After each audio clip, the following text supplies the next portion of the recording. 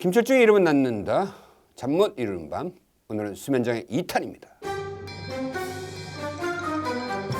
김철중의 이름은 낳는다. 잠 못 이루는 밤에 대해서 지난 시간에 말을 했는데요. 자, 오늘은 수면장애 치료에 대해서 얘기를 나눠보겠습니다. 수면장애 치료에 검거되신 이유진 서울대병원 정신건강의학과 교수, 수면의학센터 센터장, 꿀잠의 과학 저자 오셨습니다. 안녕하세요. 안녕하십니까. 지금 전 세계적으로 지금 수면의학계에서 인지행동요법이 이제 뜨고 있지 않습니까? 자, 인지행동 치료 핵심이 뭔가요? 불면증의 치료로 흔히 이제 수면제를 먹는 게 제일 먼저가 아니냐라고 많이 생각하기 쉬운데 사실은 불면증의 가장 좋은 치료는 인지행동 치료다. 불면증의 인지행동 치료는 몇 가지 구성 요소로 구성이 됩니다. 첫 번째는 자극조절법인데요. 자극조절.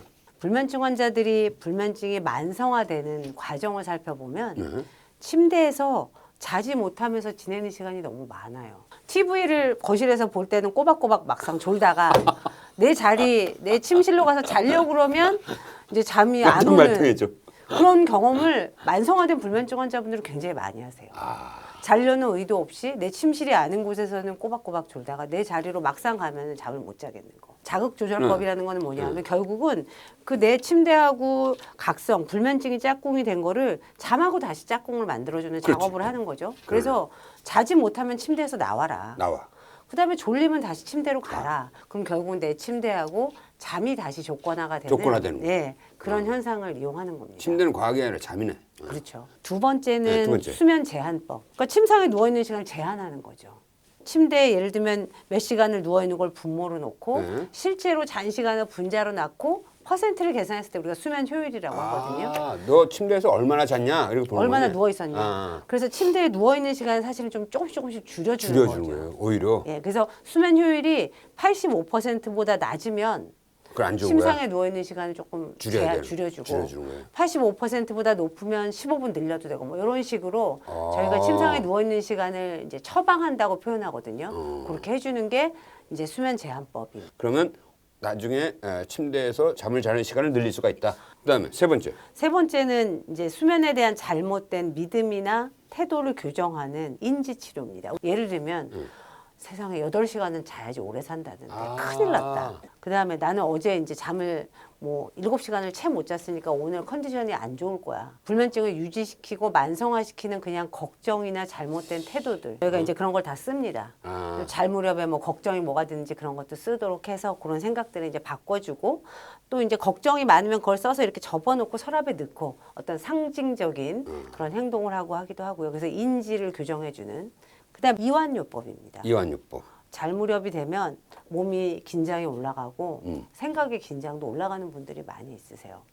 그래요. 잔다는 거는 낮에 활동적으로 잘 시간을 보내고 저녁 먹고 쉬다가 이완 하다가 뚝 떨어지는 게 잠인데 이완이 안 돼요. 쉬어지지 않는 분들. 이런 분들은 뭐 복식호흡이라든지 점진적 근육이완법 뭐 이런 식의 행동요법들이 사실 유튜브 봐도 많이 있거든요. 그 자기 나름대로의 그런 방법들을 익히게 해서 네네네. 그러니까 자기 한두 시간 전에 이완을 딱 시키면 되는 거예요.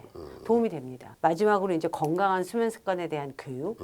뭐 커피를 하루에 몇 잔 드시고 낮잠은 주무시는지 얼마나 주무시는지 저녁 무렵엔 주로 어떤 활동들을 하시는지 뭐 이런 것들에 대해서 교육해드리고 이것을 이제 통합적으로 진행하는 게 불면증 인지행동 치료죠. 그래서 이제 커피에 민감한 사람은 오후 3시 이후에는 커피 못 마시지 말라고. 저는 점심시간 이후에 드시지 말라고 그래요. 카페인이 사람마다 좀 민감도가 다른데 일반적으로는 한 반감기가 3시간에서 7시간 정도 가긴 하는데 긴 사람들은 14시간 간다는 분도 있어요. 그래서 가급적이면 오전 커피에서 그냥 그치십시오라고 말씀드릴 때도 있고요. 낮잠은 또 길게 자면 밤잠을 방해하잖아요. 왜 그러냐 하면 낮잠을 30분 이상 자면 저희가 잠이 들고 나서 30분 이상 지나면 아까 비렘 수면 3단계 깊은 잠이 출현하게 되거든요.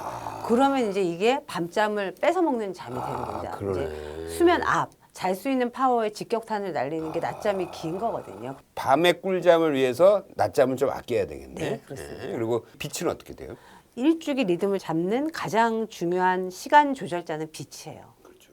그래서 오전 빛을 쐬놓으면은 각성도가 올라가고 낮에 활동을 더 잘하게 되니까 리듬을 잡는데 그 신호가 밤에 적절하게 꺼지게 되는 그런 것들이 도움이 되기 때문에 아침 햇빛 참 좋죠.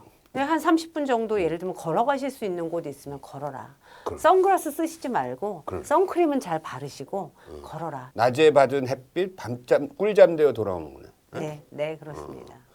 기상 시간은 어떻게 해요? 기상 시간은 저는 내가 약간 좀 부족한 듯 싶을 때 몸을 일으키라고 말씀드리거든요. 그래서 일정하게 항상. 토요일, 일요일도 일정한 시간에 일어나야겠네요. 일정한 시간에 일어나는 게 좋은데 현대인이 사실은 수면이 완벽하게 충분하기는 좀 어려운 세상을 저희가 살고 있긴 하잖아요. 그래서 조금 더 주무실 수 있는데 2시간 이상은 더 주무시지 말라. 한 1시간, 1시간 반 정도는 더 주무셔도 된다. 근데 2시간 이상 너무 몰아자게 되면 이제 리듬을 망가뜨리기 시작하니까 이제 월요일날 굉장히 힘드실 거다.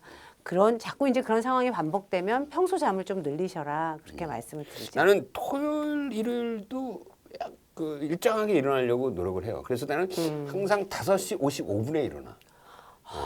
잘 자. 수면이 부족하실. 왜 ASMR이라고 네. 왜 이제 뭐 앱도 엄청나요, 많고 네네네네. 유튜브 많잖아요. 이 앱에 도움이 돼요?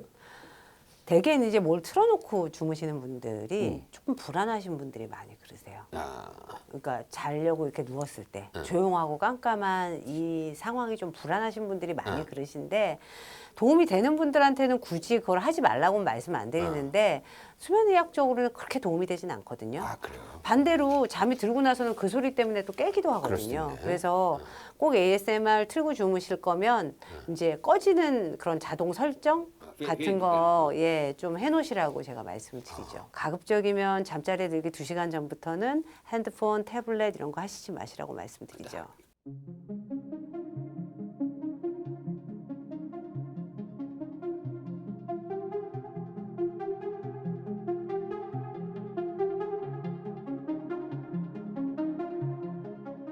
이제 이거는 굉장히 엄청난 효과를 내는 인지행동 치료고 수면 위생과 관련된 거고 네. 침대 사용 설명과 같은 건데 네. 일단 수면 장애가 심한 사람은 수면제를 쓸 수밖에 없잖아요. 네네. 당장 네. 네. 수면제를 한번 먹으면 중독돼서 평생 네. 먹어야 된다. 뭐 이런 얘기 하잖아요.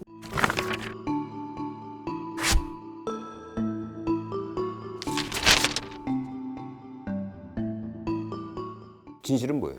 중독이라 함은 내성이 생기거나 금단 증상이 있거나 이런 거거든요. 이론적으로 졸피뎀 같은 종류들은 별로 그런 게 없어요. 이론적으로는 그런데 심리적인 의존 현상이 꽤 심하세요. 심리적으로. 마음적으로 그러네. 약을 안 먹으면 못 잘 것 같다. 그러네.